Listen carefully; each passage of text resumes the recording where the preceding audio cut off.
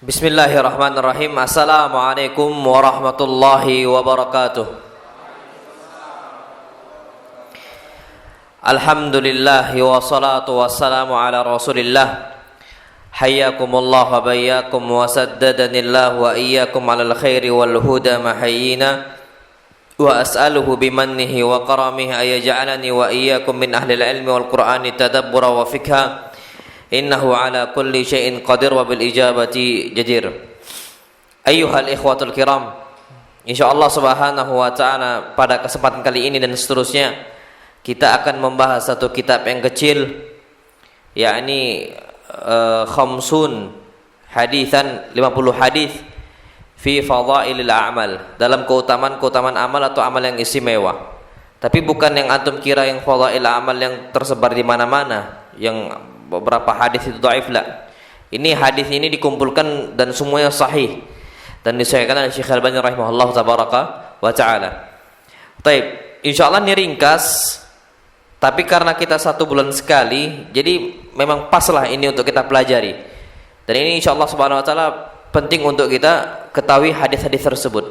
Baik, Syekh pertama kali menyebutkan di sini keutamaan yang istimewa atau amal yang istimewa.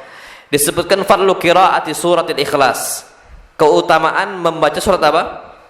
Al-Ikhlas. Disebutkan dalam hadis yang sahih, dan ini disahihkan oleh Syekh Al-Albani rahimahullah. Nabi kita Muhammad sallallahu alaihi wasallam bersabda, "Man qara'a qul huwallahu ahad." Siapa saja yang membaca qul huwallahu ahad dari awal sampai akhir, hatta yakhtimaha, sampai dia selesaikan qul huwallahu ahad tadi, sampai dia selesaikan surat Al-Ikhlas tadi, dan dibaca asyra marratin, 10 kali. Dia baca setiap hari berapa kali? 10 kali. Disebutkan banallahu lahu qasran fil jannah, niscaya Allah akan membangun untuk dia istana di surga. Berapa kali tadi dibaca? 10. Dan kita kalau kita hitung saja sekarang, masya Allah ya, habis sholat, setiap sholat berapa kali? Sekali. Jadi kan ada Al-Ikhlas, Al-Falaq, An-Nas, habis setiap apa? Sholat. Ya hitung saja, berarti kan kalau seandainya habis setiap sholat minimal 5. Kemudian ditambah lagi zikir pagi dan sore. Paginya 3, sorenya juga berapa? 3. Berarti udah lebih belum dari 10? Sudah. Apalagi tambah lagi sebelum tidur, kan gitu. Dan ini banyak sekali kesempatan kita untuk membaca apa? Al-Ikhlas. Maka di sini disebutkan Allah Subhanahu wa taala akan membangunkan istana untuk dia. Bukan cuman rumah lo ya. Ada beberapa hadis yang disebutkan dibangunkan baru rumah. Tapi ini dibangun apa? Istana. Kalau rumah ya, Pak, kita sekarang semua punya rumah di dunia. Tapi apakah semua kita punya istana? Jawabannya tidak. Tanah itu mahal, kalau kita mau tambah berapa hektar lagi mahal. Dan ini ternyata masya Allah sudah ada tempatnya dan juga sudah ada bangunannya, tinggal masuk saja. Dan itu hitungannya istana. Makanya Umar bin Khattab mengatakan, idzan nastakthir qusuran ya Rasulullah. Kalau begitu ya kami mau memperbanyak istana-istana kami di surga nanti. Gak cuma 1 istana, kami mau banyak istananya.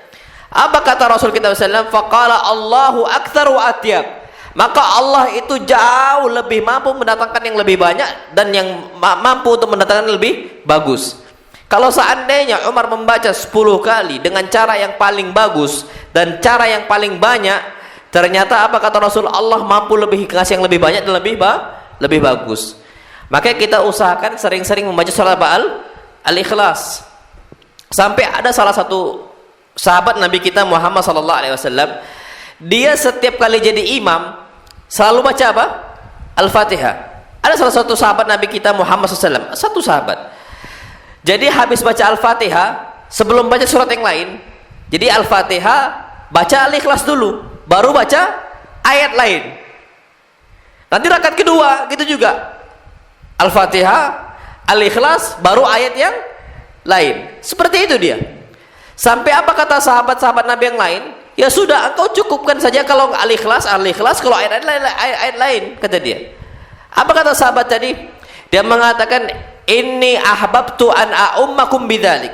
Aku ini suka untuk jadi imam bagi kalian dengan seperti itu caranya. Kalau kalian mau aku jadi imam, kalau kalian nggak mau, maka apa? Cari yang lain. Dan ternyata sahabat ini bacaannya yang paling bagus di antara mereka semua.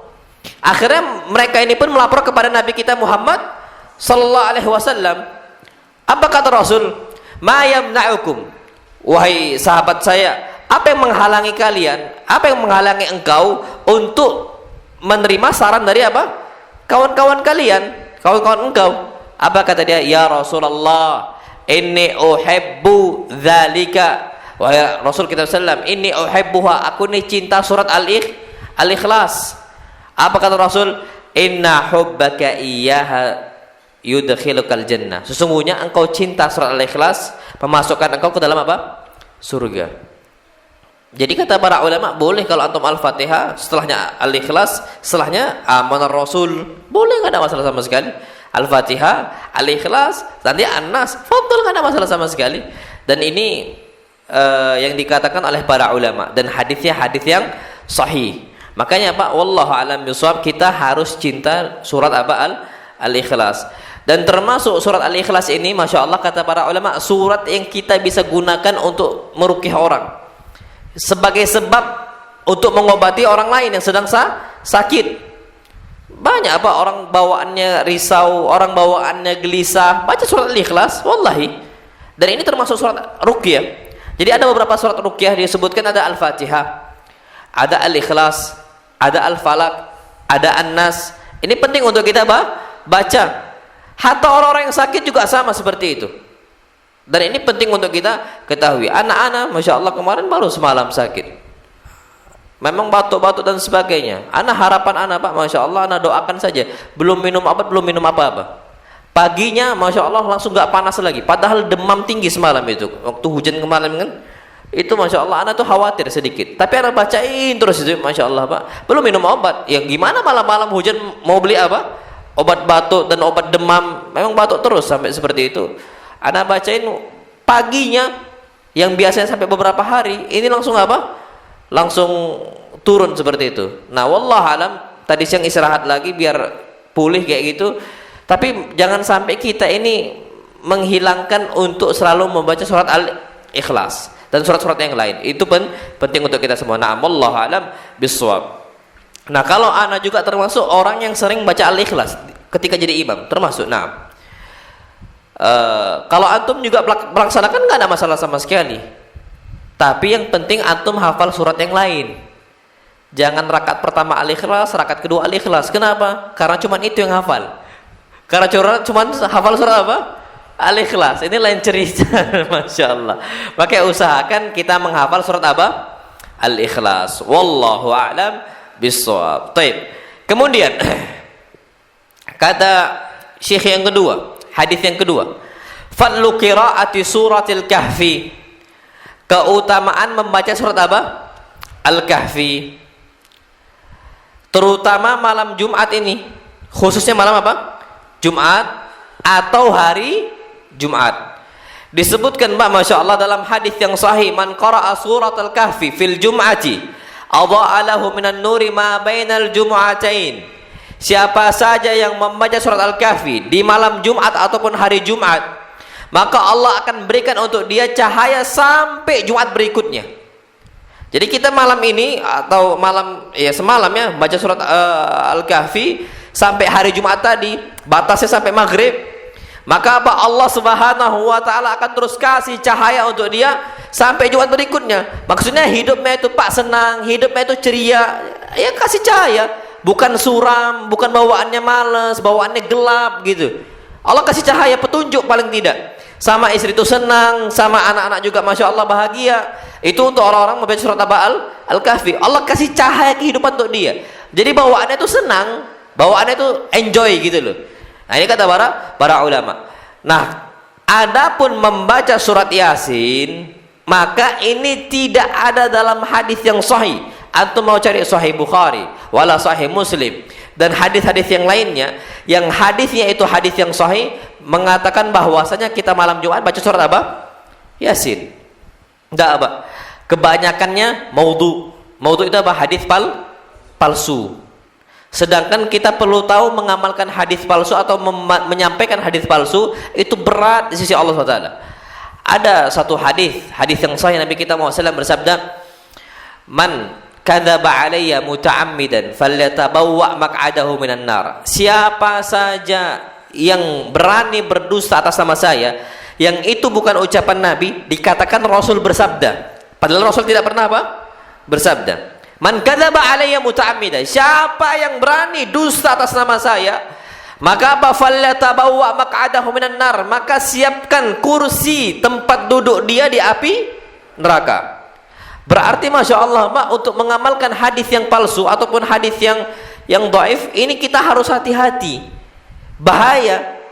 Apalagi ternyata membaca surat Yasin di malam Jumat itu hadisnya maudhu'at, hadisnya palsu.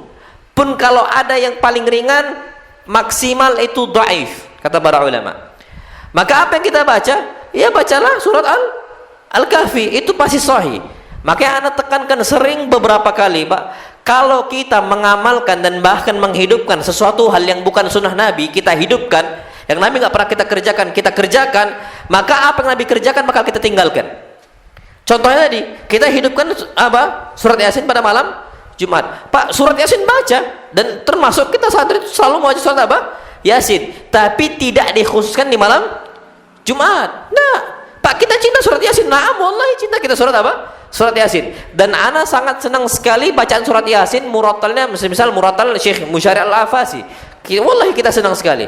Tapi kalau untuk mengkhususkannya di malam Jumat, nah ini yang harus kita perhatikan. Tidak bisa. Dan kita sering, Mbak, ada beberapa macam surat Yusuf, macam surat Al-Muluk, macam surat Ali Imran. Itu ada beberapa murattal yang kita suka, termasuk Yasin Anda suka.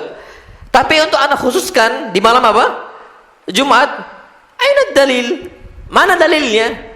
Kalau seandainya tidak ada dalilnya, maka jangan kita khususkan. Nah, itu perlu kita ketahui. Nah, hampir setiap amalan yang tak pernah dikerjakan oleh Nabi kita Muhammad SAW, kalau kita paksakan, kita kerjakan dan kita hidupkan, konsekuensinya kata para ulama hampir rata-rata wallah, yang Nabi kerjakan malah ditinggalkan, yang tidak Nabi kerjakan malah dihidupkan. Dan ini ucapannya Ibnu Abbas, bukan ucapan ana. Apa kata Ibnu Abbas? Ma min amin ahdatsa fihi unas, tidaklah dalam satu tahun manusia terus membuat ibadah-ibadah baru yang Nabi tidak pernah kerjakan, illa ahyaul bid'ah wa tarakus sunnah, kecuali mereka akan hidupkan satu hal-hal ibadah-ibadah yang Nabi nggak pernah kerjakan, dan mereka tinggalkan hal-hal yang Nabi kerjakan, maksudnya yang sunnah Nabi kita Muhammad sallallahu alaihi wasallam. Dan itu konsekuensi. Makanya cukupkan saja dengan hal-hal ibadah yang sunnah. Jadi surat Kahfi sama surat Yasin derajatnya sama, tidak ada bedanya. Kita baca surat Al-Kahfi sama juga baca surat apa? Yasin, tidak ada bedanya. Cuman kelebihannya kalau surat Al-Kahfi dibaca pada malam Jumat ada pahala lebih. Apa pahalanya? Allah kasih cahaya. Tapi kalau antum baca surat Al-Kahfi sama surat Yasin di malam Senin, sama. Di malam Selasa juga apa? Sama. Satu hurufnya kita dihitung apa? Berapa pahala? 10 pahala. Sama, nggak ada bedanya. Nggak ada bedanya. Al-Baqarah juga sama. Antum baca Al-Baqarah sama baca Ali Imran sama baca Yasin sama bukan? Sama, nggak ada bedanya. Satu hurufnya dikalikan berapa? 10. Tapi kalau antum mau mengkhususkan satu amal khusus, maka kita perlu apa? Dalil. Ada nggak ibadah itu khusus memang dikhususkan untuk satu malam? Kalau nggak ada maka tinggalkan. Ini yang perlu kita ketahui. Na'am, wallahu a'lam bishawab. Macam membaca katanya surat Al-Waqi'ah akan apa? Mengharamkan seseorang, akan diharamkan dari kefakiran. Mana dalilnya? Dan ternyata hadisnya dhaif. Tapi kalau antum membaca surat Al-Muluk setiap malam, na'am wallahu a'lam hadisnya hasan. Surat Al-Muluk akan Allah Subhanahu wa taala lindungi kita dari adab kubur. Ini khilaf para ulama. Tapi wallahu a'lam ana condong kepada hadis itu hadis yang hasan. Nah, tapi kalau nggak ada dalilnya, maka jangan dikerjakan. Ini kata para ulama. Nah, wallahu a'lam besok termasuk surat apa ya? Yasin. Seperti itu. Nanti Pak, lama kelamaan mungkin tahun sekarang surat Yasin. 100 tahun kemudian mungkin surat yang lain. Kan gitu. Ah, gantilah surat Yasin, surat Yusuf aja. Nanti akan bergeser zaman, akan bergeser generasi, malah mereka membuat yang baru. Kalau Yasin terus bosan lah. Jangan Yasin. Misal kita buat aja yang lain, Toha. Nah, dibuat apa akhirnya? Toha. Nah, itu kan suatu hal yang baru yang Nabi tidak pernah kerjakan. Nah, wallahu a'lam bishawab. Baik, kita masuk ke hadis yang ketiga, masih surat Al-Kahfi. Dan termasuk surat Al-Kahfi ini, Mbak, ada keutamaan khusus kita menghafalkan ayat 10 pertama dari surat apa? Al-Kahfi. Dan wallahi ini ganjarannya besar, pahalanya besar. Sebagaimana hadis Nabi kita Muhammad SAW, dan ini hadis yang ketiga. Man hafidha asyra ayatin min suratil kahfi. Siapa yang menghafal 10 ayat dari awal surat apa? Al-Kahfi. Usima min fitnatid dajjal. Maka Allah akan melindungi dia dari fitnah apa? Dajjal. Dan Pak, Masya Allah, Dajjal ini jangan dikira ringan. Dajjal di sini jangan dikira fitnahnya tak berat. Wallahi berat sekali. Antum kalau mau tahu, Pak, kata Nabi kita Muhammad SAW, akan datang nanti di akhir zaman thalathuna dajjaluna kadzabun. Ada 30 dajjal muncul pada hari kiamat. Kulluhum yadda'una annahum nabi. Semuanya mengklaim diri mereka apa? Nabi.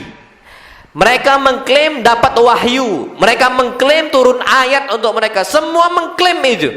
Semuanya. Mereka ini dajjal.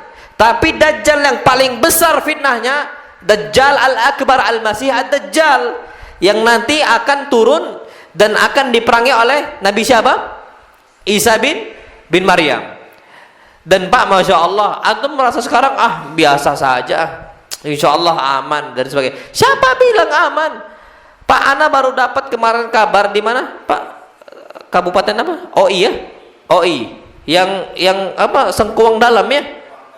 Kuang dalam ya? Nah, itu ngaku Nabi, Pak. Ini kata Babinsa, pengikutnya 400 di tahun yang sebelum pandemi. Pengikutnya berapa? 400. Ngaku turun ayat. Masya Allah, Pak. Ini Dajjal, pengikutnya berapa? 400. Apalagi Dajjalat yang paling besar, yang paling Masya Allah fitnahnya paling besar, bisa menghidupkan yang mati. Bayangkan Pak, yang mati bisa dihidupkan, bisa nampakkan ini surga, ini neraka. Siapa yang nggak percaya, Pak? Masya Allah. Mirza Ghulam Ahmad, pengikutnya Pak di Indonesia dulu, wow, Masya Allah rame. Mirza Ghulam Ahmad, Ahmadiyah, sampai akhirnya ditutup. Dan juga Lia Aidannya itu kan pengikutnya banyak sekali, Pak. Ahmad Musaddiq itu kan sampai Masya Allah, Pak, karyawan orang, bukan orang yang sembarangan loh ya, pendidikan, ngikut Ahmad Musaddiq. Padahal itu semua, Pak, semua mereka itu nggak ada apa-apa ya dibandingkan Dajjal yang paling besar. Mereka nggak ada istilahnya, nggak ada keahlian apa-apa, nggak ada. Cuman pinter ngomong tok gitu loh. Cuman bisa ngomong, cuman bisa bicara. Ternyata banyak pengikutnya, apalagi Dajjal yang paling besar.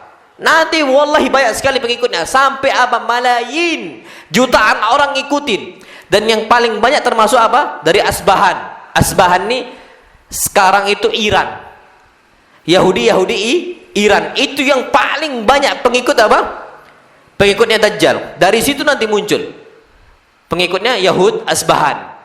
Banyak sekali, Pak. Makanya Iran sekarang yang dianut oleh orang-orang Syiah itu banyak sekali yang dukung apa? Dajjal nantinya. Dan bahkan pakaian mereka itu ada pakaian khusus seperti itu. Nah, wallahu a'lam bishawab. Itu bahayanya apa? Fitnah Dajjal. Makanya, Pak, jangan sampai kita aman enggak. Sampai kata Nabi kita Muhammad SAW yang namanya Dajjal disebutkan gelarnya Al-Masih. Pak, manusia yang digelar Al-Masih itu cuma 2. Siapa? Masih Isa bin Maryam yang bunuh Dajjal. Yang kedua, Masih Dajjal yang dibunuh Isa. Kenapa udah dikatakan Masih? Kalau Isa bin Maryam kenapa disebutkan Masih? Karena termasuk mukjizat Nabi Isa alaihi salam, idza masahar al-a'ma, kalau dia mengusap orang buta. Jadi masah itu artinya mengusap. Kalau dia usap orang buta, langsung sembuh, langsung bisa lihat. Ini kelebihan dan juga mukjizatnya Nabi Isa. Masih diambil dari kata masaha. Apa masaha? Mengusap. Kalau Dajjal kenapa disebutkan masih? Karena dia dalam 40 hari Pak, semua muka bumi diusap sama dia. Maksudnya udah dimasukin sama dia. Ini Pak, Tanjung Rambang nih kena sama Dajjal. Kecuali kedua tempat, Mekah dan Madinah. Yang nggak kena itu cuma Mekah dan Madinah. Kenapa? Dijaga sama malaikat. Makanya kata Nabi kita Muhammad SAW, kalau kita bisa untuk di akhir zaman hidup dan bahkan mati di Mekah Madinah, maka apa? Lakukan kalau bisa. Dan bahkan Nabi kita Muhammad SAW bersabda, orang-orang yang hidup di Madinah dan bersabar atas cobaan cuaca Madinah dan dia mati di Madinah, maka Nabi kita Muhammad SAW, kuntu syafi'an lahu, aku yang akan memberikan syafaat untuk dia pada hari kiamat nanti. Maksudnya kalau bisa kita hidup dan mati di mana? Di Madinah. Itu cita-cita kita, atau di Mekah minimal. Kenapa? Karena kita sekarang udah di akhir zaman yang sudah banyak sekali muncul para Dajjal, dan itu kita banyak terkecoh, Masya Allah. Na'udzubillahi min dzalik. Apalagi dengan hal-hal yang seperti itu. Jadi Pak, Dajjal itu sebenarnya ada. Dajjal itu apa sih arti Dajjal? Dajjal itu Pak dalam bahasa Arab diambil dari kata Dajjala. Dajjal itu kizbah. Maksudnya dusta. Dajjal pendusta artinya. Jadi Dajjal sama arti dengan kadzab. Dajjal sama dengan apa? Kadzab. Maksudnya pendusta. Nah, orang-orang Dajjal itu Pak yang paling tokoh itu Dajjal yang paling nanti yang kita yang istilahnya yang akhir zaman, yang kita berlindung dari fitnah Dajjal. Tapi Pak ada Dajjal-Dajjal yang lain jumlahnya 30 dan ini fitnah yang besar. Tapi kalau kroco-kroconya lebih banyak lagi. Lebih banyak lagi. Tapi yang inti Pak sampai banyak pengikutnya itu cuma 30. Sampai antum tahu di India, Allah siapalah namanya ya. Yang awalnya ngaku nabi tiba-tiba gak jadi Tuhan. Siapa sih namanya, lupa nah. Sempet rame itu Pak fitnah itu. Yang suka pakai baju orange. Ala siapa namanya? Itu Dajjal itu Pak. Bukan lagi ngaku apa? Ngaku nabi. Awalnya ngaku nabi, lama-lama ngaku apa? Tuhan. Sama kayak Lia Eden. Awalnya ngaku apa? Nabi. Jibril turun untuk dia, lama-lama ngaku Tuhan. Oh, kalau nabi dia bisa dapat keuntungan dari jemaah sekian. Sekalian aja di Tuhan. Biar lebih apa? Banyak keuntungan dia. Termasuk itu Pak, salah satu orang India tersebut. Awalnya ngaku nabi, lama-kelamaan ngaku apa? Tuhan. Udah ngalang-ngalain Fir'aun saja. Nah, Masya Allah, itu besarnya fitnah mereka. Makanya kita perbanyak untuk membaca surat apa? Al-Kahfi. Di awal itu kita hafal Pak. Kalau bisa kita hafal. Wallahu a'lam bishawab. Taib. Kemudian yang keempat, fadlu qiraati ayatil kursi dubura kulli salatin. Keutamaan membaca ayat kursi setiap kali habis sholat. Usahakan Pak habis sholat jangan langsung pergi nggak zikir dulu. Wallahi jangan. Kalaupun kita pergi, ketika kita jalan dan berdiri, kita tetap berzikir kepada Allah. Termasuk zikir yang nggak boleh kita tinggalkan dan rugi orang yang meninggalkannya adalah membaca ayat kursi setiap kali habis sholat. Kenapa disebutkan Pak? Masya Allah, Nabi kita Muhammad SAW bersabda, man qara'a ayatal kursi dubura kulli salatin maktubatin. Barang siapa yang membaca ayat kursi setiap kali habis apa? Sholat wajib. Habis sholat subuh, habis sholat zuhur, habis sholat asar, habis sholat maghrib, habis sholat apa? Isya. Apa kata Nabi? Lam yamna'hu min dukhulil jannah illa an yamut. Maka tidak ada satupun yang bisa menghalangin dia untuk masuk ke dalam surga kecuali dia harus mati terlebih dahulu. Berarti kalau dia meninggal habis sholat zuhur dia baca ayat kursi, meninggal sebelum asar, maka apa? Masuk surga. Dia membaca surat semisal ayat kursi. Ini bisa dimatiin aja enggak? Afwan. Yang sini. Enggak keterangan dia.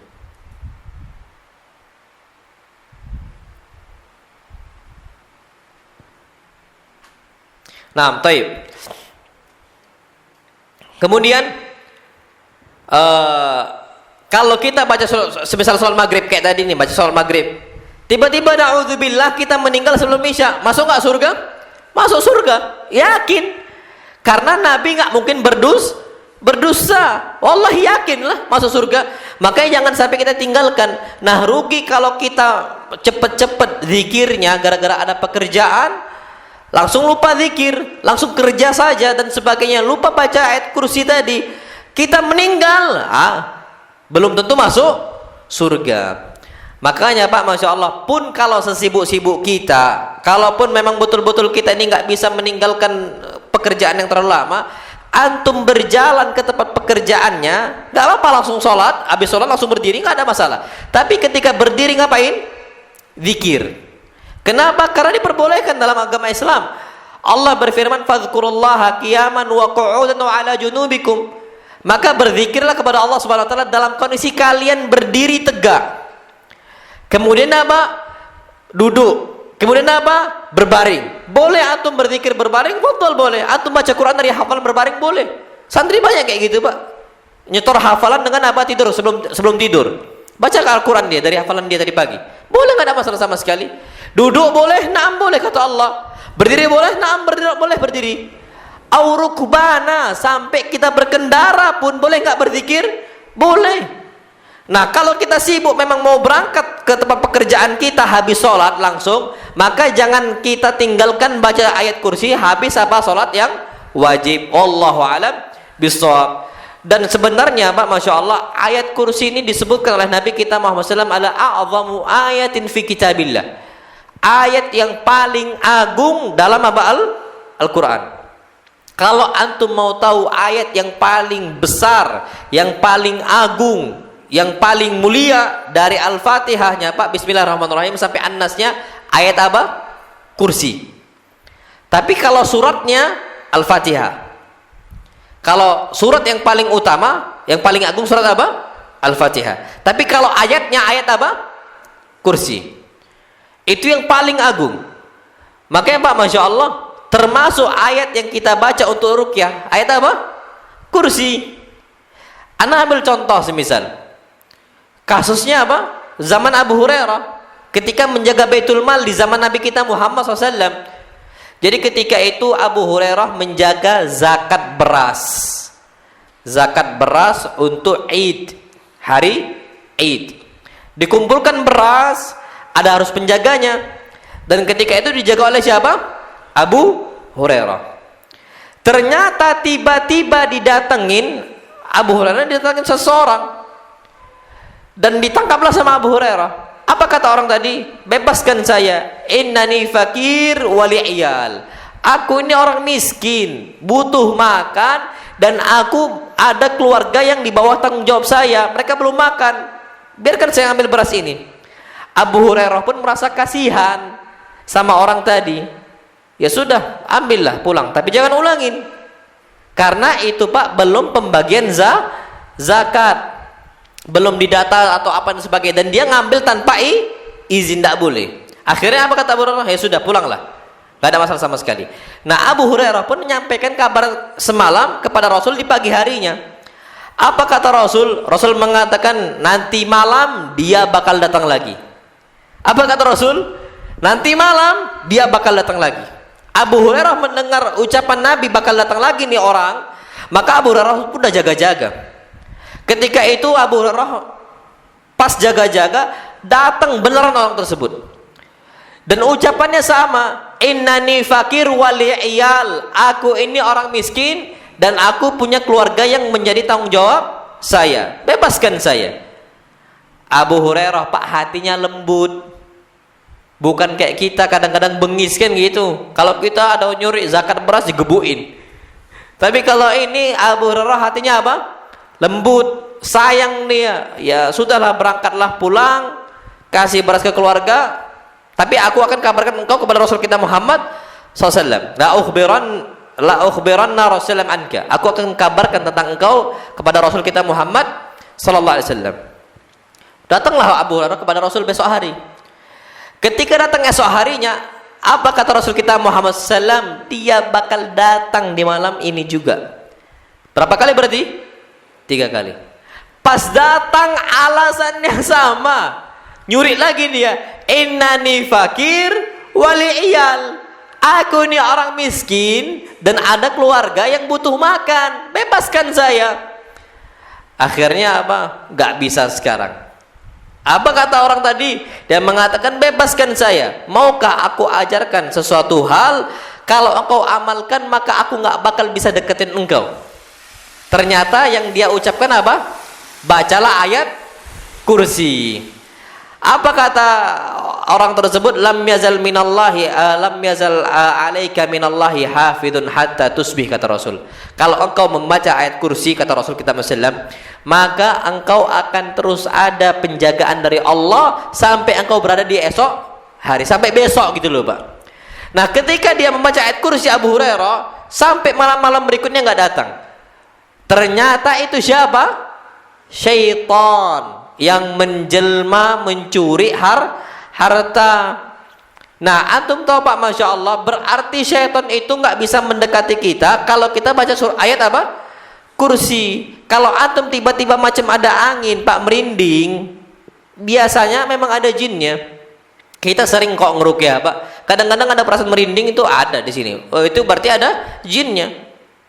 Maka apa? Perbanyak baca ayat kursi. Mereka nggak bisa ngapa-ngapain dengan izin Allah Subhanahu wa ta'ala. Jadi jangan antum takut, jangan antum apa, yang penting perbanyak baca ayat kursi. Itu saja intinya. Intinya itu saja ayat kursi. Nah, Masya Allah Pak, apa kata para ulama? Diambil dari hadis ini, mungkin nggak jin mencuri harta? Mungkin nggak jin mencuri uang? Mungkin. Tuyul tuh mungkin bisa jadi. Iya, wallahi sahih. Dan ini termasuk pendapatnya Ibnu Taimiyah. Apa kata Ibnu Taimiyah? Jin bisa mencuri harta. Babi ngepet lah semisal. Anda tidak tahu istilah-istilah orang sini ya. Atau tuyul lah katanya. Macam-macam lah ala kulli hal. Tapi pernah terjadi di zaman siapa? Rasul kita Muhammad sallallahu alaihi wasallam, dan hadisnya hadis yang sahih. Gimana kita ingkari? Berarti memang jin itu bisa mencuri. Nah, wallahu a'lam bisawab. Itu kata para ulama. Jadi Pak, kalau kita baca ayat kursi, kita akan selalu dilindungi oleh Allah Subhanahu wa ta'ala. Makanya zikir pagi sore ya kita itu baca ayat kursi. Adzan. Nah, fadl adzan. Nanti kita lanjutkan pada adzan. Fadl.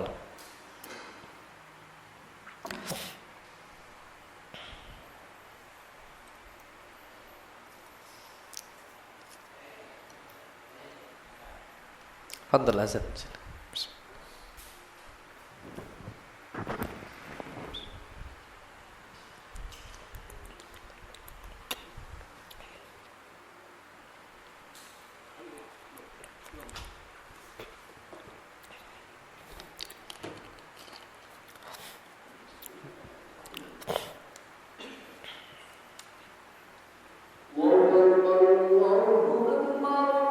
Allahu akbar, Allahu akbar.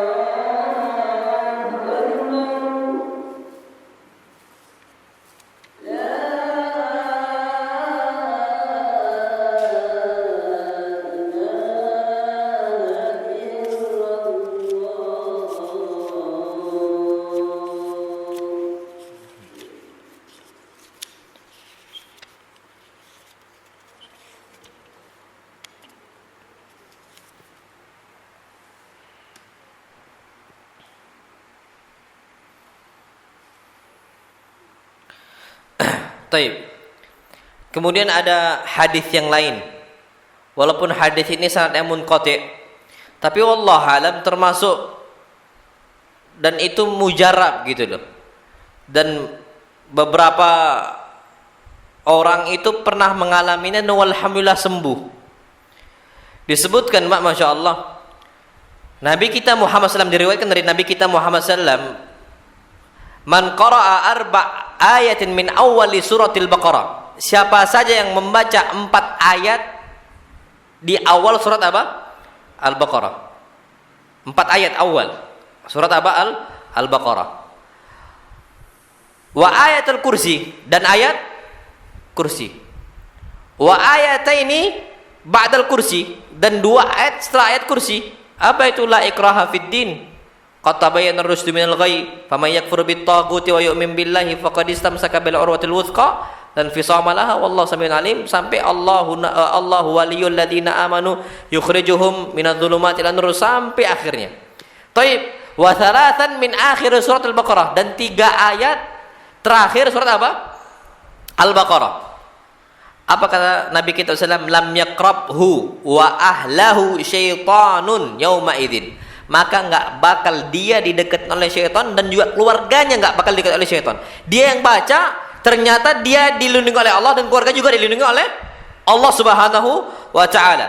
Wala yuqra'na ala majnunin illa afaq, dan tidaklah orang yang gila dibacakan ayat-ayat tadi kecuali sadar dia. Sahih, Pak. Antum tahu nggak majnun, gila? Kenapa dikatakan gila itu majnun? Dari kata apa majnun? Majnun itu dari maf'ul, wazannya maf'ul dari kata jin. Dia itu diganggu oleh apa? Jin. Makanya dalam bahasa Arab jin disebutkan al-jan, fa'ilnya. Jan itu fa'ilnya. Aslinya itu janinun aslinya. Jan bahasa Arabnya.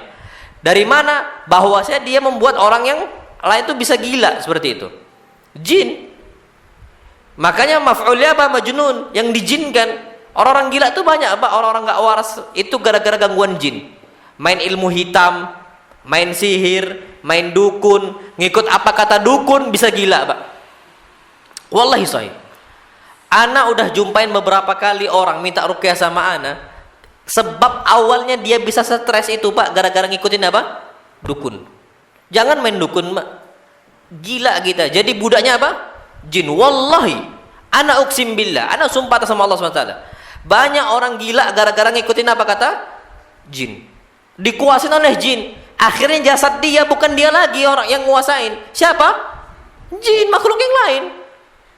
Jadi seperti itu, sampai gila dia, apa enggak waras lagi. Dan ternyata di Tanjung Raya ada salah satu ikhwan yang ana ruqyah, Masya Allah. Sampai dia mengatakan, Ustaz, mungkin keluarga anak itu gila gara-gara apa? Dulu ikut dukun. Naam, sahih. Anak bilang, nggak ragu lagi. Dan termasuk dia kena dampaknya. Wallahi, Pak, kalau antum nggak percaya, mungkin di masyarakat sekitar ini mungkin ada yang gila mungkin. Coba antum perhatikan. Sebabnya apa? Kalau gila yang dari kecil, wajar. Berarti sarafnya yang rusak. Kalau gila yang dari kecil, kalau gila dari kecil berarti sarafnya rusak. Memang bawaan dari lahir. Tapi kalau dari kecilnya dia sadar, normal dan sebagainya, bisa-bisa gila, itu biasanya dia main apa? Main ilmu hitam, main jin. Main ilmu hitam itu, Pak, biasanya. Percayalah sama anak. Coba lihat masyarakat sekitar sini. Kalau ada lo ya, atau dia main sebuah ilmu yang itu ngagungkan syaitan. Kuda lumping. Apa lagi? Main, antum tahu main manggil-manggil jelangkung, naam sahih. Itu jelangkung itu, Pak, orang-orang yang sering main itu gila nanti lama kelamaan. Hampir rata-rata, Pak, kalau nggak mau percaya. Makanya kita itu kalau memang betul-betul bertobat kepada Allah SWT, apa kata Nabi kita SAW? Wala yuqra'na ala majnun. Tidaklah ayat-ayat tadi dibacakan untuk orang gila illa afaq, kecuali nanti waras dia. Yang penting sering dibaca ayat yang tadi anda sebutkan. Makanya, Pak, Masya Allah, Tabarakar Rahman, mulai sekarang, Pak, untuk hal-hal ilmu hitam, sihir, ikut apa istilahnya, itu dihindarkan dari sekarang. Bahaya ikut apa? Dukun. Dan bahkan sampai Nabi kita Muhammad SAW Beliau mengatakan dalam hadis yang sahih, man ata kahinan, siapa saja yang datang ke dukun, fasaddaqahu bima yaqul, dan dia percaya apa kata dukun tadi, faqad kafara bima unzila ala Muhammad, maka dia telah kufur terhadap apa yang diturunkan kepada Muhammad. Maksudnya Al-Quran. Kafir terhadap Al-Quran, ya murtad dari agama Islam. Tidak boleh, bahaya. Makanya nggak ada istilah dukun dekat sama Quran, mustahil. Bahkan dukun mencela Al-Quran. Wallahi Pak, yang antum lihat di jimat-jimat itu ada tulisan Arab, bukan Quran.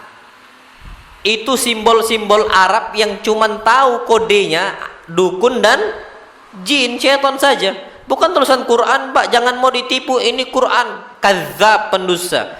Ana udah beberapa kali bakar tamimah, Pak, bakar jimat. Itu mustahil Quran. Ada Quran diletakkan untuk istihza, penghinaan. Nama Allah diletakkan di bawah nama yang lain. Malek Taus misal. Diletakkan, jadi Malik Taus itu lebih tinggi dibandingkan apa? Allah Subhanahu wa Ta'ala. Penghinaan semua itu, Pak. Itu penghinaan semua. Dan kita ini, Pak, bukan sehari 2 kali untuk meruqyah, itu udah banyak sekali gitu loh. Dan ternyata sebabnya main ilmu hitam. Masya Allah, Pak, kasihan sampai ke batas gila. Ana pernah di Medan. Ana balik kampung. Pas balik kampung, Pak, Masya Allah, ana pulang ke kampung ana, tiba-tiba ana diminta untuk ngeruqyah. Waktu itu ana masih mondok, masih di Bukhari waktu itu, masih mondok. Ana pulang ke Medan, tiba-tiba diminta ruqyah. Tapi ana datang, ana ruqyah. Pak, Masya Allah, ana cuma satu tanya, ini dulu gila pas kecil atau baru? Baru Ustaz katanya. Kapan? Pas dia habis nyembelih ayam hitam di sebuah pohon. Siapa yang nyuruh? Dukun. Awalnya dia sakit. Lah, Allahu Akbar. Terus gimana? Ya udah, sekarang kayak gini. Ana ngomong, Pak, semua yang dikasih dukun kasih ke ana. Semuanya kasih ke ana, semuanya. Sini biar kita bakar. Akhirnya dikasih semua, Pak, Masya Allah. Antum tahu, Pak, ana ngeruqyah itu orang perjuangan. Kenapa? Ana ngeruqyah dia, Pak, di samping kepala dia. Masya Allah, Pak, setiap dia teriak-teriak bau jigong, saking nggak pernah sikat gigi pun, Masya Allah, Pak, tersiksa kita. Tapi walhamdulillah sembuh gitu loh. Awalnya gara-gara apa? Gara-gara ikut-ikut yang kayak gitu. Makanya usahakan jangan sampai kita masuk ke bab itu. Wallahi jangan. Kalau bisa hindarkan, buang semuanya. Apa yang ada macam kayak cincin. Kata orang nanti dimasukinnya, masukin apa? Khaddam itu, Pak, dalam bahasa Arab itu khaddam pembantu, khadim pembantu. Khaddam memang dari awal memang pembantu, khaddam namanya, dari fa'al. Jadi tugasnya bantu kita. Pak, bukan kita yang dibantu sama jin, tapi kita jadi budaknya jin. Wallah, sahih. Antum harus ngasih ini, harus ngasih itu, ngasih ini, ngasih itu dan sebagainya. Jadi antum jadi pembantunya apa? Jin. Itu yang bahaya ya, Pak, Masya Allah. Dan antum kalau nggak mau percaya, Pak, fadl antum lihat sekitar antum. Lihatlah. Kalau ada yang gila, Pak, coba tanya. Kenapa sebab gilanya? Biasanya dia main ilmu hitam. Itu biasa seperti itu. Nah, wallahu alam bisawab. Ana ambil contoh. Ada salah satu santri. Bukan santri kita. Santri pondok. Ana nggak sebut pondok mana. Ketika itu ana diminta untuk apa? Ngeruqyah santri tersebut. Dan santri ini, Pak, udah error gitu loh. Kita ngomong, kadang-kadang dia ngomong apa saat ini, ada yang bisikin, ada yang bisikin, kayak macam orang gila, udah macam kayak orang gila. Antum tahu kenapa, Pak, sebabnya? Rupanya ini santri suka sama ada salah satu perempuan di kampung dia. Kedukun nanti pakai minyak apa? Apa yang minyak pelet itu ya, minyak apalah namanya itu ya? Apa yang mau nyong-nyong itu, apa sih istilahnya? Rupanya pakai itu, Pak. Ya Allahu Akbar. Sampai akhirnya dikeluarkan dari pondok karena main perdukunan. Bahaya sekali, Pak. Sampai nggak waras tuh anak. Udah nggak waras. Sekarang udah nggak susah, Pak. Udah susah sekarang. Kenapa? Main ilmu hitam. Dan kalau kata orang, oh enggak, Ustaz, anak nggak ilmu hitam, anak ilmu putih. Sama bae. Sami mawon. Itu cuman beda nama aja. Puasa putih. Kata dia, apalagi nanti dan sebagainya. Tidak ada apa syariatnya. Cukupkan dengan apa yang Allah firmankan, dengan apa yang Rasul sabdakan. Hidup antum nyaman, Mbak. Butuh rezeki, minta sama siapa? Allah, bukan ke dukun. Kalau antum ada butuh apapun, datang ke Allah, jangan ke dukun. Dukun tidak bisa apa-apa. Minta kesembuhan, datang ke siapa? Allah. Dukun tidak bisa apa-apa, Pak. Anda ambil contoh Tanjung Raman, ikhwan kita, Pak, Masya Allah, sakit. Anda ambil cerita nih, Pak, sakit. Santri ini banyak, Pak, saksi semua. 1 bulan tidak bisa hadir sholat jamaah. Berapa lama? 1 bulan. Datang ke dokter-dokter yang Masya Allah ahlinya, 3 dokter, Pak, dia datangin, tidak ada yang sembuh. Berapa lama? 1 bulan. Sampai akhirnya dia mau masuk ke rumah sakit, mau mengaktifkan BPJS yang dulu udah mati. Dan ternyata biaya untuk mengaktifkannya lagi yang dia harus bayar itu, Pak, 4 jutaan lebih. Dia nggak sanggup. Akhirnya dia ngomong, jangan dibawa rumah sakit, kita rukyah dulu. Anak itu suudzon, ada feeling anak itu kena gangguan syaitan. Kita rukyah, Pak. Anak rukyah pada subuh, cuman sampai jam 7. Udah bisa zuhurnya ke masjid. Paginya jam 9 datang ke pondok, Pak, naik motor. Sebelumnya nggak pernah, di rumah tok dia, sakit, bawaannya meriang, keringat dingin dan sebagainya. Sampai itu, Pak, istrinya tuh sampai ngomong, Ustaz, gimana ya, anak ini takut kalau sekarang itu harus jadi janda, kata dia. Maksudnya, Pak, feeling dia itu bakal meninggal suaminya gitu loh. Sampai sebatas itu, Pak, saking parah yang sakit dia. Ternyata, Pak, cuman kita rukyah, yang kita gunakan cuman menggunakan Al-Quran, firman siapa? Allah Subhanahu wa Ta'ala. Dari habis subuh sampai jam 6, jam setengah 7, Pak, mau ngantar anak-anak ke sekolah. Cuman berapa lama, Pak, kita baca Quran? Memang, Pak, bereaksi, teriak-teriak, muntah dia dan sebagainya. Sekarang alhamdulillah sembuh. Sampai sekarang, Pak, rajin ke masjid. Jadi kalau saatnya antum sakit, jangan datang ke dukun, tambah sakit. Wallahi tambah sakit, Pak. Ada salah satu ikhwan, anak cerita, dulu pakai ilmu kebal, tambah lemah dia, Pak. Apa-apa takut, mau ke sana takut, harus pakai sabuk, kemana-mana takut, harus pakai sabuk. Lah, katanya ilmu kebal, harusnya kemana-mana berani kan gitu. Ini kemana-mana bawaannya was-was, berarti makin takut. Itulah yang Allah firmankan dalam surat Al-Jin, wa annahu kana rijalun minal insi ya'uduna birijalin minal jinni fazaduhum rahaqa. Ini firman Allah dalam Quran. Ada manusia minta tolong sama jin, minta perlindungan dengan jin, maka manusia tambah takut dibuat oleh jin. Ini firman Allah dalam surat Al-Jin. Makanya, Pak, mulai sekarang kalau anak apa-apa, semua datang dulu ke Allah. Serahkan semua sama Allah. Tawakal, antum ikhtiar, gunakan Quran untuk rukyah. Untuk apa saja? Antum butuh rezeki sama Allah, semua pautkan. Kan Allahu Somad. Apa arti Somad? Tumpuan. Allah itu tumpuan kita. Kita sakit Allah, kita rezeki kita seret Allah, kita susah menghafal Allah, kita susah belajar ada Allah, kita bertengkar sama istri ada Allah, kita susah sama anak ada juga Allah. Makanya ada doa-doa sehari-hari yang kita bisa ucapkan karena kita minta sama siapa? Allah Subhanahu wa Ta'ala. Ini, Pak, penanaman akidah yang harus kita tanamkan untuk setiap umat. Makanya Nabi kita SAW bersabda, idza sa'alta fas'alillah. Kalau engkau minta sama siapa? Allah, mutlak, Pak, nggak boleh minta sama yang lain. Wallahi mutlak nggak boleh minta sama yang lain. Idza sa'alta fas'alillah. Kalau engkau minta sama Allah. Wa idza sta'anta fasta'in billah. Kalau engkau minta bantuan sama siapa?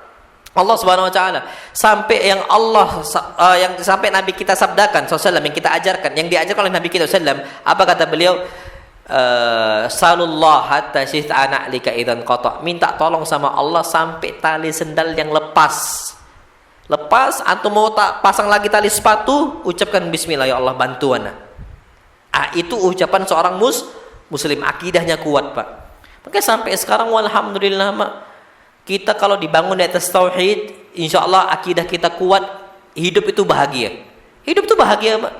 Lah kita gaji berapa? Enggak ada datang ke dukun, Pak. Enggak masuk di akal datang ke dukun tuh. Dukun tuh enggak bisa ngapa-ngapain. Wallahi enggak bisa ngapa-ngapain. Justru antum yang malah diperbudak oleh syaitan. Wallahi sahih, Pak. Antum harus cari kambing hitam lagi. Nyari kambing hitam, murni hitam susah, Pak. Keliling kampung antum cari dulu, Pak, sampai mati. Jumpa sembelih. Ya Allah, Pak, mending antum kasih untuk keluarga-keluarga, dibiarkan jadi sesajen. Dibiarkan nggak dimakan. Rugi kan? Dan ini hampir terjadi di mana-mana, Pak, yang harusnya untuk antum dan keluarga malah dimakan oleh siapa? Syaitan sama jin. Nah, wallahu alam bisawab. Baik, Pak, insyaallah subhanahu wa taala kita masuk ke tanya jawab. Kita cukupkan sampai jam 8, Pak. Soalnya anak tuh ada khawatir takutnya anak-anak itu sakit lagi. Kemarin tuh demam tinggi soalnya. Tapi pagi tadi udah enggak. Cuman anak tuh agak khawatir saja. Soalnya kemarin tuh anak sampai begadang ganti-gantian sama istri. Tapi alhamdulillah tadi pagi udah turun nian, udah kemana-mana pun. Cuman anak tetap khawatir. Nah, wallah alam bisawab. Kita fadhil jawab. Insyaallah kita pada pertemuan berikutnya masuk ke hadis yang kelima insyaallah. Dan kelima ini tentang surat Al-Kafirun. Insyaallah subhanahu wa taala. Fadhil kalau tanya jawab. Karena kemarin di sini lama tanya jawabnya. Nah, fadhil. Oh, na'am, Pak. Fadhal, silakan. Waalaikumsalam warahmatullahi wabarakatuh. Na'am.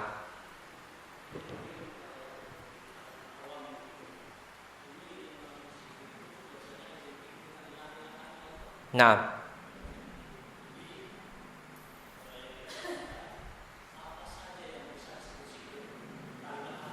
Na'am.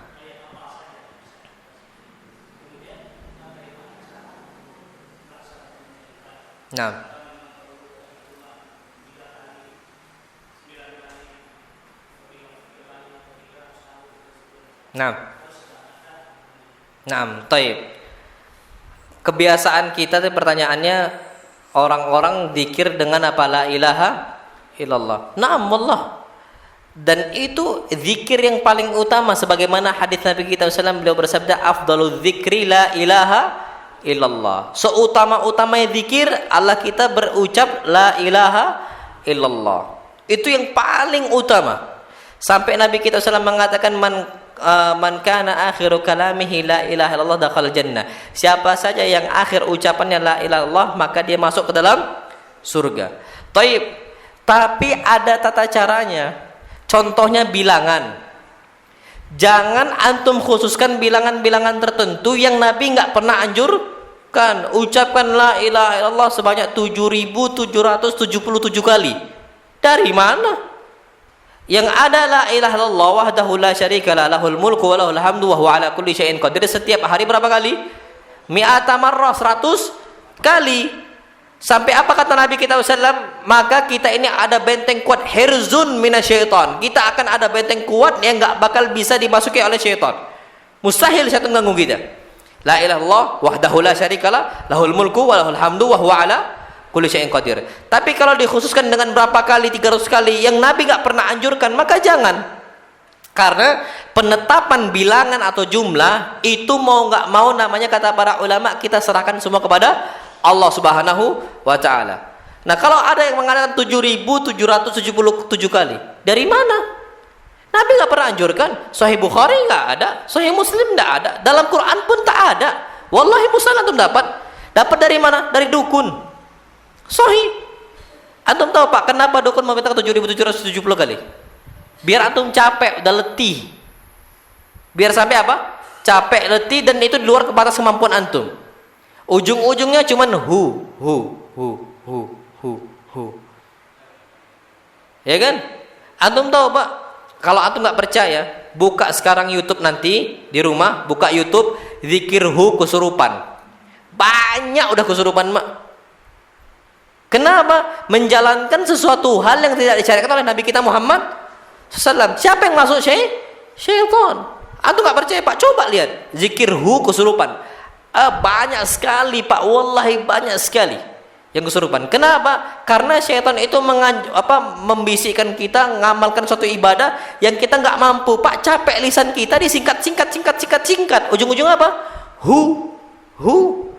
Yang ujungnya aja la ilaha illa hu. La ilaha illa hu.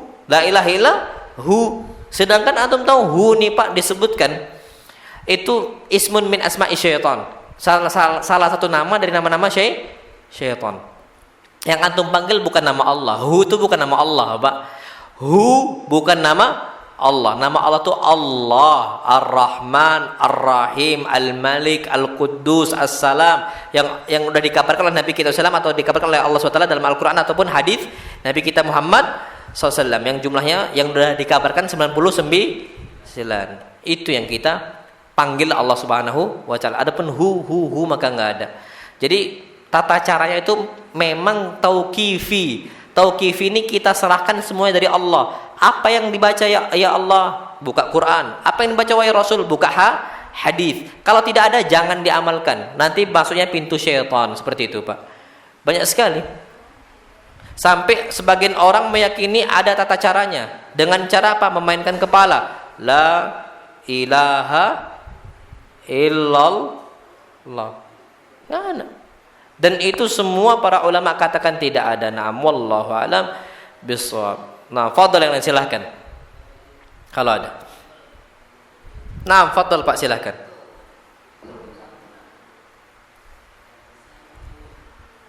Nah.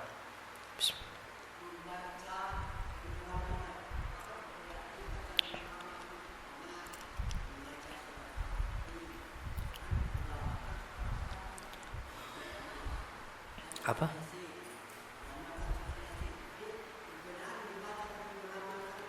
Membaca dan mengamalkan. Mengamalkan isinya berarti. Contohnya kan surah Al-Kahfi itu ada beberapa cerita. Contohnya di situ Ashabul Kahf, cerita tentang orang-orang apa? Yang ada di gua dan mereka itu terkepung di situ. Dan nanti ada cerita tentang Nabi Musa. Nanti ada cerita apa dan sebagainya. Mengamalkan di situ mengamalkan isi yang ada dalam Al-Qur'an dan seterusnya. Itu wallahu a'lam bishawab yang menjadi konsekuensi ayat tersebut. Surat Al-Kahfi itu banyak sekali Pak kandungan yang bisa kita amalkan kalau kita baca dari awal sampai akhir. Jadi seperti itu. Jadi mengamalkan isi kandungannya. Nah, wallahu a'lam bishawab. Dan termasuk mengamalkan isi adalah membaca ayat tersebut atau surat tersebut. Naam. Wallahu a'lam. Nah, fadhal Pak. Waalaikumsalam warahmatullahi wabarakatuh.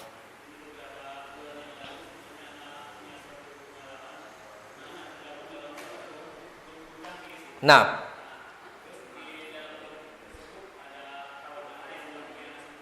Nah. Nah.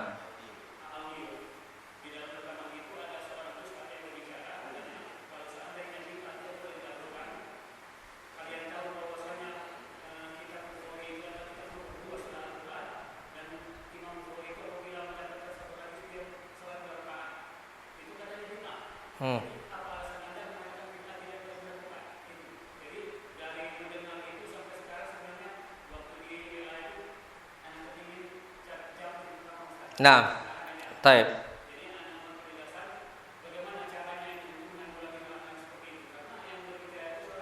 Nah, taib. Anda ngerti? Taib. Kata dia, kalau seandainya bidah tak boleh, maka nggak mungkin Imam Bukhari meletakkan hadis sebelum meletakkan hadis atau menulis hadis di Sahih Bukhari. Beliau ngapain? Salat 2 rakaat. Taib Pak, kita jawab itu bukan bid'ah. Itu sunnah Nabi kita Muhammad Sallallahu Alaihi Wasallam. Kenapa? Karena Bukhari ketika itu Pak permasalahan yang besar untuk meletakkan hadis-hadis dalam Sahih Bukhari itu butuh ijtihad yang besar, butuh pemikiran yang besar, yang tajam, yang lugas dan betul-betul kita harus cek gitu loh Pak.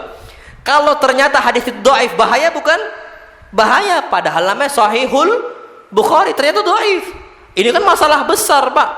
Nah Nabi kita Muhammad SAW kalau kena masalah, apa kata Hudzaifah? Kanan Nabi sallam idza hazabahu amrun shalla. Nabi kalau kena rundung masalah, beliau itu langsung ngapain? Salat. Termasuk Bukhari ketika itu beliau tuh masalah besar nih, Pak.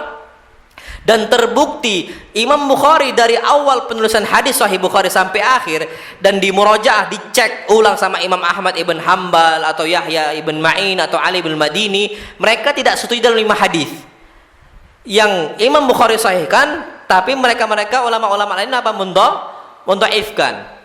Berarti wajar Imam Bukhari itu Pak salat 2 rakaat sebelum apa? Sebelum menuliskan hadis. Karena ketika itu Pak butuh ijtihad yang besar. Dan ini yang diamalkan oleh banyak para ulama sampai zaman kita sekarang. Kalau nggak tahu permasalahan hukum dan susah difahami satu kitab, mereka ngapain? Sholat biar dapat kemudahan dari Allah Subhanahu wa ta'ala. Dalilnya tadi, idza hazabahu amrun sholat. Nabi kalau dirundung sebuah perkara, dan ini perkara-perkara yang besar, beliau ngapain? Sholat. Dan termasuk Imam Bukhari meletakkan hadis itu bukan perkara kecil, tapi perkara apa? Besar. Jadi seperti itu Pak. Jadi sunnah ya nam sunnah. Kami pun Pak juga sama, kalau ada masalah susah ngapal hadis, ngapain? Sholat. Dan itu cara yang paling baik untuk dimudahkan oleh Allah SWT. Karena ketika sujud kita bisa berdoa kepada Allah untuk dimudahkan ilmu. Jadi seperti itu. Karena Nabi kita SAW bersabda, aqrabu ma yakunul abdu min rabbih wa huwa sajid fa'kthiru fihi du'a. Keadaan paling dekat antara seorang hamba dengan Allah SWT itu ketika mereka sedang sujud, maka perbanyaklah doa. Termasuk Imam Bukhari perbanyak doa untuk memudahkan dia untuk menyimpulkan apakah hadis ini layak dimasukkan dalam Sahih Bukhari ataukah tidak layak. Nah, wallahu alam bisa jadi seperti itu, Pak. Jadi sunnah, wallahi sunnah. Nah, ada bidah itu. Nah, wallahu alam. Fadhal yang lain. Nah, silahkan, Pak. Waalaikumsalam warahmatullahi wabarakatuh.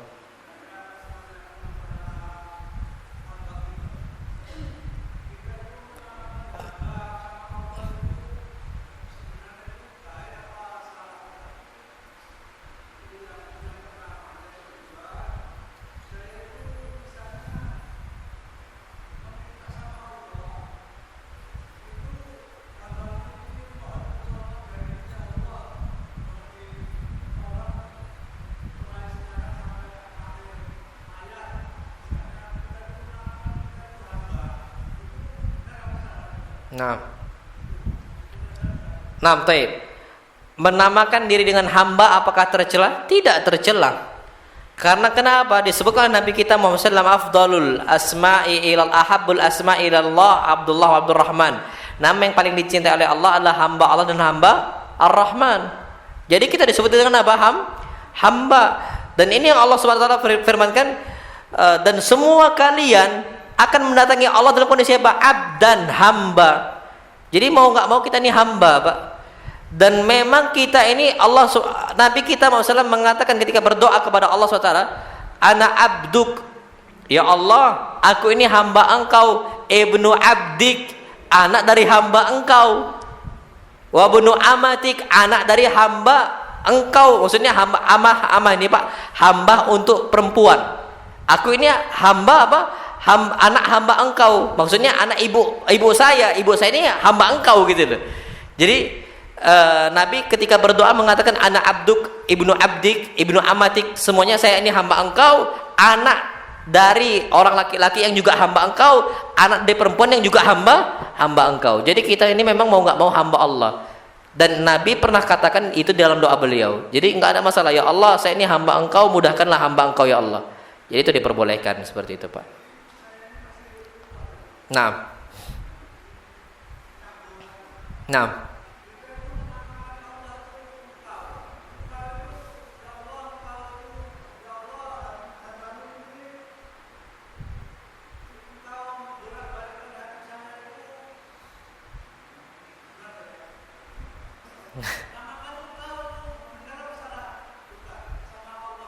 Nah, boleh, nggak ada masalah sama sekali.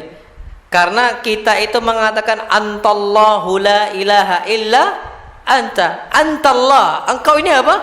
Allah, la ilaha illa anta. Tidak ada ilah yang berhak disembah kecuali anta, engkau. Jadi nggak ada masalah sama sekali kita ngomong ya Allah, engkau ini maha baik ya Allah.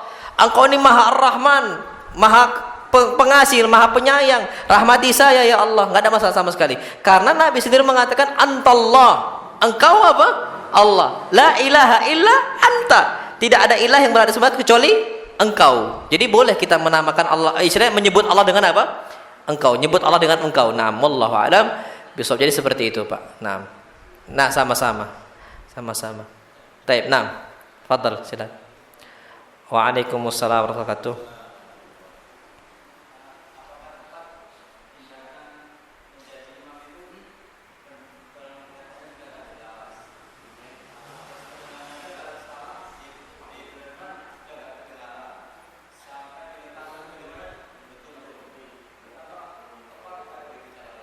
Jadi imam.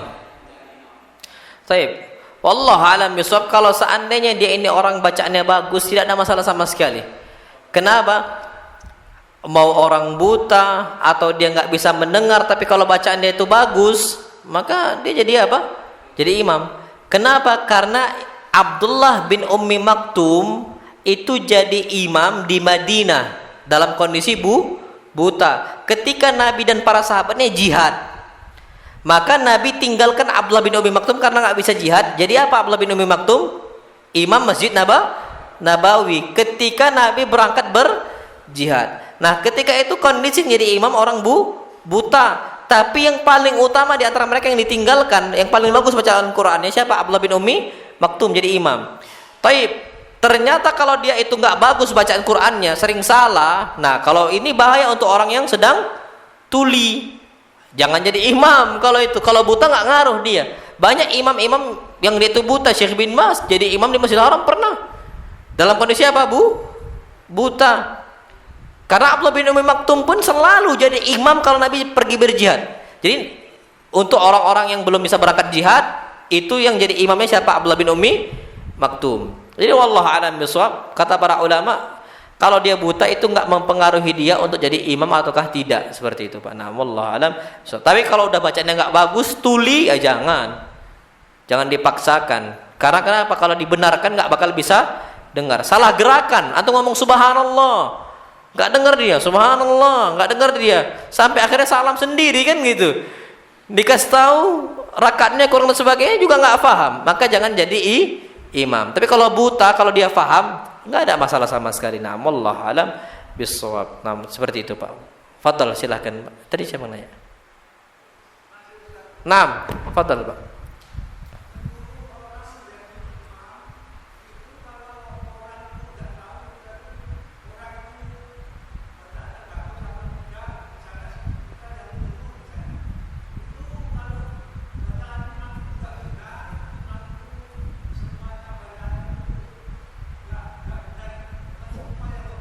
Ya, banyak salahnya.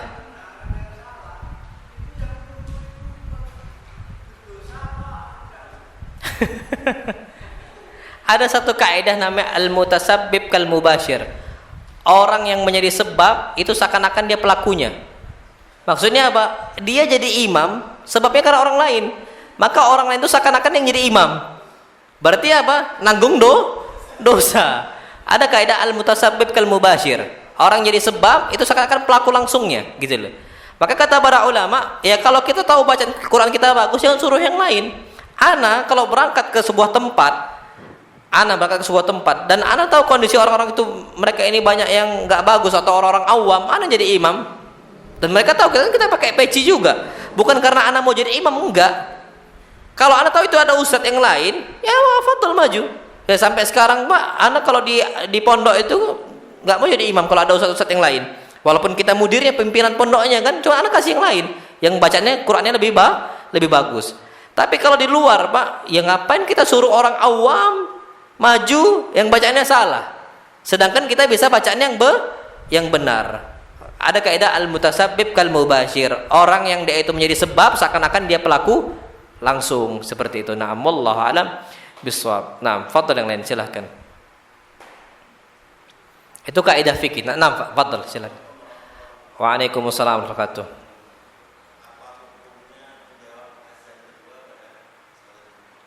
Nah, hukumnya. Tapi menjawab azan yang kedua ketika sholat Jumat justru itu yang disyariatkan. Wallahu alam. Karena yang azan yang pertama itu panggilan untuk apa? Panggilan untuk orang-orang datang ke masjid yang awalnya sibuk dari pasar. Sebenarnya yang hakikatnya itu yang azan yang kedua. Tapi wallahu alam di negara kita kayaknya yang hakikat yang udah masuk waktu Jumat itu justru azan pertama, yang kedua itu malah yang tambahan, setahu ana. Tapi wallahu alam apakah kita jawab azan? Naam, jawab azan. Kenapa? Karena memang azan kedua itu juga ada di zamannya siapa? Utsman bin Affan. Dan sedangkan Nabi kita Muhammad mengatakan alaikum bisunnati wa sunnatil khulafa'ir rasyidil mahdiyyin. Pegang sunnah saya dan sunnahnya siapa? Khulafa ar-rasyidin. Abu Bakar, Umar, Utsman dan Ali. Termasuk di situ sunnahnya adzan 2 kali adzan. Sunnah siapa? Utsman bin Affan. Dan kami selalu jawab adzan itu juga. Tapi kalau adzan di kuburan jangan. Karena tidak ada syariatnya dari Nabi, Rasul ataupun khulafa ar-rasyidin. Tapi kalau adzan kedua ada syariatnya. Syariatnya siapa tadi? Utsman bin Affan. Jadi wallahu alam bisawab, kata para ulama, jawab saja Pak. Mudah-mudahan itu apa? Menjadi ladang pahala bagi kita menjawab apa? Adzan. Karena itu termasuk sunnahnya siapa? Utsman bin Affan. Dan itu sah. Dan sah dalam agama Islam. Jadi Pak, kalau ada Ali mengatakan, maka fadhal amalkan, enggak ada masalah sama sekali. Utsman, Umar ataupun Abu Bakar. Itu apa? Kita bisa amalkan. Karena memang perintah Nabi untuk megang teguh sunnah Nabi dan juga khulafa'ur rasyidin, Abu Bakar, Umar, Utsman dan Ali. Nah, selebih mereka maka jangan. Nah, sunnahnya adzan di kuburan, sunnah siapa? Ya Allah alam. Nah, Pak Kiai mungkin, Pak Kiai atau Pak Ustaz atau dan sebagainya, maka Allah alam itu bukan sunnahnya khulafa'ur rasyidin. Nah, itu kata para ulama. Tapi kalau ada sunnahnya dari Nabi, jawab. Atau sunnah dari Utsman, fadhal, enggak ada masalah sama sekali. Jadi seperti itu, Pak. Nah, wallahu alam. Fadhal yang lain silahkan. Silahkan, Pak.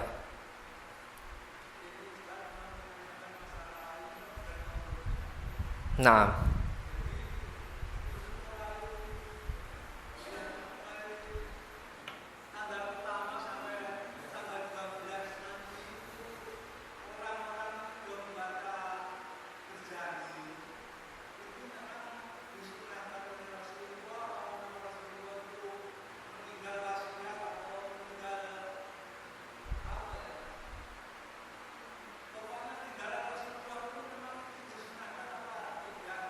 Nah.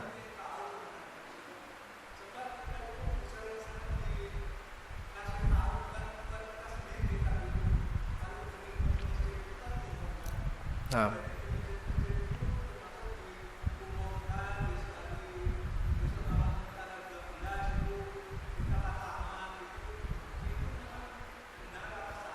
Nah. Nah. Taib. Nah, taib.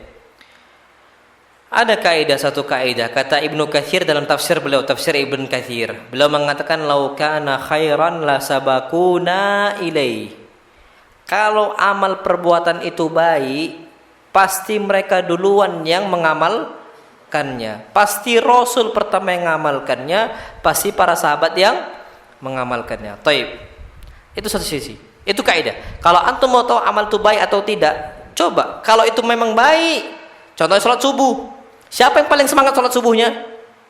Siapa yang paling semangat, Pak? Sahabat atau kita? Wah, sahabat, Pak. Karena sholat subuh apa, Pak? Baik. Oh, kalau sholat subuhnya, Pak, rame jamaah itu, Pak. Kalau sholat subuhnya para sahabat Nabi kita Muhammad sallallahu alaihi wasallam.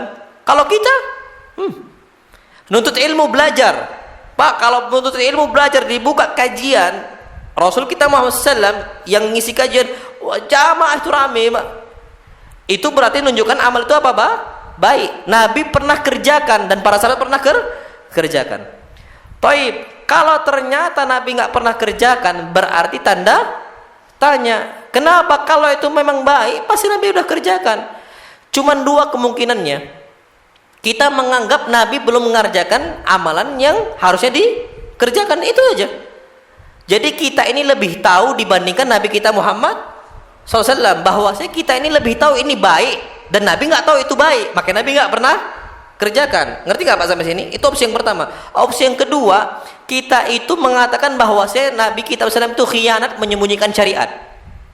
Jadi syariat maulid Nabi, merayakan maulid Nabi harusnya ada, tapi disembunyikan oleh Nabi kita Muhammad SAW. Dan ini kata Imam Malik, kalau kita mengatakan ada satu syariat baru yang Nabi nggak pernah kita kerjakan, kita tuh seakan-akan nuduh Nabi khianat, menyembunyikan apa syariat.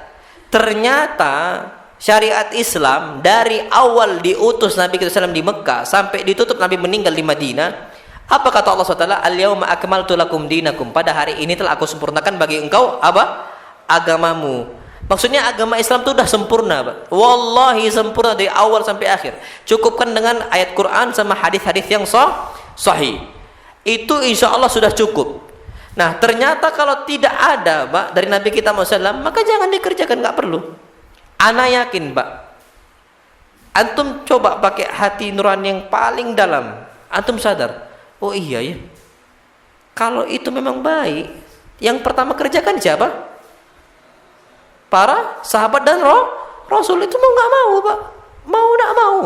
Berarti seakan-akan kita mengatakan ada yang Nabi nggak tahu itu baik, kita kerjakan, dan Nabi tidak kerjakan. Makanya cukupkan saja Pak apa yang udah Nabi kerjakan. Dan ternyata Maulid Nabi itu dijadikan perayaan, bukan? Perayaan. Sedangkan ada hadis Nabi jelas, la ida illal idain. Tidak ada id kecuali dua id. Idul Fitr, Idul Adha. Idul Maulud ada enggak? Tidak ada. Karena cuman syariat Islam perayaan cuman dua.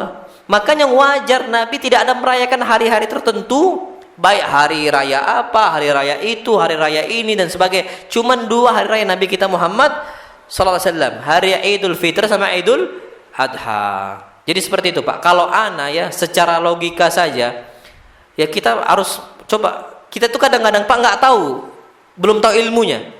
Tapi ketika tahu ilmunya, kita akan berhati-hati dan bahkan kita akan sedih Pak untuk mengamalkan sebuah perbuatan itu. Dan antum tahu Pak, ternyata Masya Allah yang pertama kali mengamalkan Maulid Nabi siapa? Orang Syiah Pak, yang memusuhi para sahabat Nabi. Syiah siapa? Syiah Fatimiyah Qaramitah. Dan sejarah mencatat itu pertama kali yang mengamalkan Maulid Nabi kita Muhammad sallallahu alaihi wasallam, Syiah Qaramitah Pak.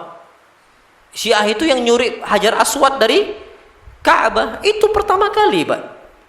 Itu pertama kali yang mengamalkannya Qaramitah. Dan Syiah itu ada di Mesir. Yang pertama kali mengamalkan apa? Id Maulid Nabi kita Muhammad sallallahu alaihi wasallam. Nah, jadi ala kulli hal Pak, memang kalau bisa jangan dikerjakan dan nggak usah dikerjakan. Memang wajib kita tinggalkan, hukumnya wajib. Kita dan juga jangan dikatakan oh ini nggak ngerayakan Maulid Nabi berarti nggak cinta Nabi. Orang nggak merayakan Maulid Nabi apa katanya nggak cinta Nabi? Berarti sahabat nggak cinta Nabi. Berarti Abu Bakar setelah ditinggal wafat oleh Rasul nggak cinta Nabi. Ternyata cinta Nabi yang lebih besar adalah kita dibandingkan Abu Bakar. Kita lebih mencintai Nabi dibandingkan Umar. Kita lebih mencintai Nabi dibandingkan Utsman. Sampai semua sahabat, sampai sahabat yang paling terakhir pun tidak amalkan. Sahabat meninggal terakhir tidak mengamalkan, yang meninggal tahun 110 Hijriah, tidak mengamalkan Maulid Nabi semuanya. Apakah kita mengatakan bahwa orang nggak mengamalkan Maulid Nabi berarti nggak cinta Nabi? Berarti kita lebih cinta Nabi dibandingkan apa? Abu Bakar dan para sahabatnya dan seterusnya. Itu yang perlu kita ketahui Pak. Nah, wallahu a'lam bishawab, itu kata para ulama. Nah, ya ala kulli hal Pak, cukupkan dengan hal-hal yang sunnah saja. Wallahi Pak tuflihu, antum bakal beruntung dunia dan akhirat. Yakin dan apa? Nah, wallahu a'lam bishawab. Jadi seperti itu Pak. Nah, taib yang lain fadhal silahkan. Bisa ditangkap Pak ya tadi apa yang anda ucapkan? Nah, insyaallah. Jadi seperti itu. Silahkan Pak kalau yang lain. Dan pun kalau ada yang masih merayakan Pak, anak kembali lagi, kita di sini sama-sama belajar, sama-sama nuntut ilmu. Tidak ada masalah Pak, kita sama-sama istilahnya menyampaikan ilmu, dan ini penting. Kalau kita istilahnya nggak menyampaikan ilmu, kita akan ditanyakan oleh Allah SWT pada hari kiamat nanti. Udah disampaikan belum nih hujjah? Belum, udah disampaikan ini belum ilmu. Kalau enggak Pak, kita tanggung jawab. Dan antum yang sudah mendengar juga sama-sama ditanya oleh Allah Subhanahu wa ta'ala, udah sampai belum hujah ke antum, kan kayak gitu. Udah sampai belum ilmunya. Jadi sama-sama kita tanya. Nah, tinggal pulang nanti kita merenung betul atau tidak, gitu saja. Kalau saya antum anggap betul, semua ada tanggung jawabnya di hadapan Allah. Kalau antum mengatakan tidak betul, juga ada tanggung jawabnya di hadapan Allah Subhanahu wa ta'ala. Antum pilih yang paling mendekati kebenaran yang mana, sesuai hati antum. Nah, wallahu alam bishawab. Fadhal Pak. Nah, fadhal, silakan.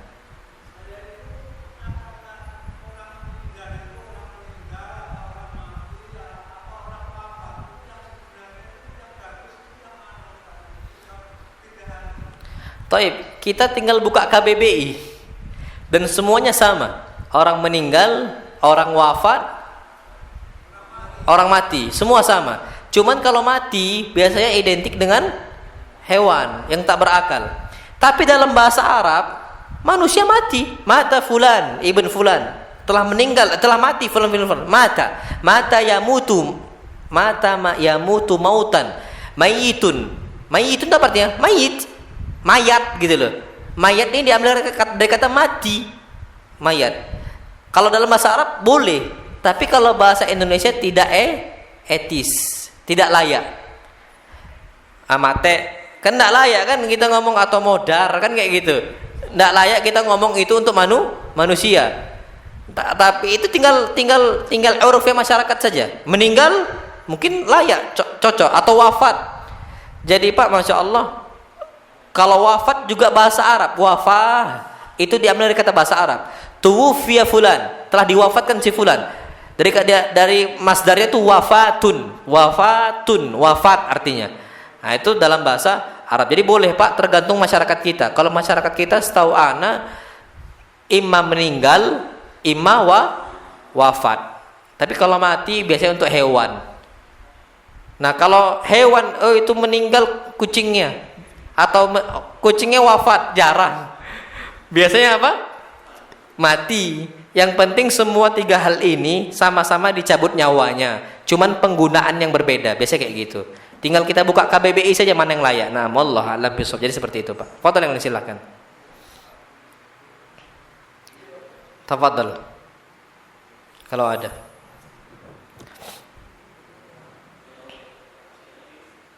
Fadhal, Pak. Kalau ada yang masih unek-uneknya, angkat aja, nggak apa-apa.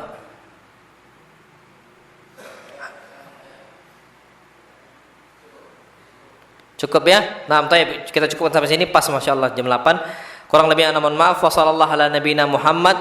Pak, balik lagi, kalau seandainya antum ada tersinggung atau apa, jangan antum tolak dulu. Kita renungkan saja Pak, kita sama-sama belajar. Hatta anak sampai sekarang belajar, sama-sama kita tolabul ilm, sama-sama menuntut ilmu. Tapi tugas kita Pak nanti akan menjawab apa yang Allah tanyakan untuk kita tentang ilmu yang sudah sampai di kita. Itu saja Pak. Nah, kurang lebihnya mohon maaf. Subhanakallahumma wa bihamdika asyhadu an la ilaha illa anta astaghfiruka wa atubu ilaik. Wa sallallahu nabiyana Muhammad. Assalamualaikum warahmatullahi wabarakatuh.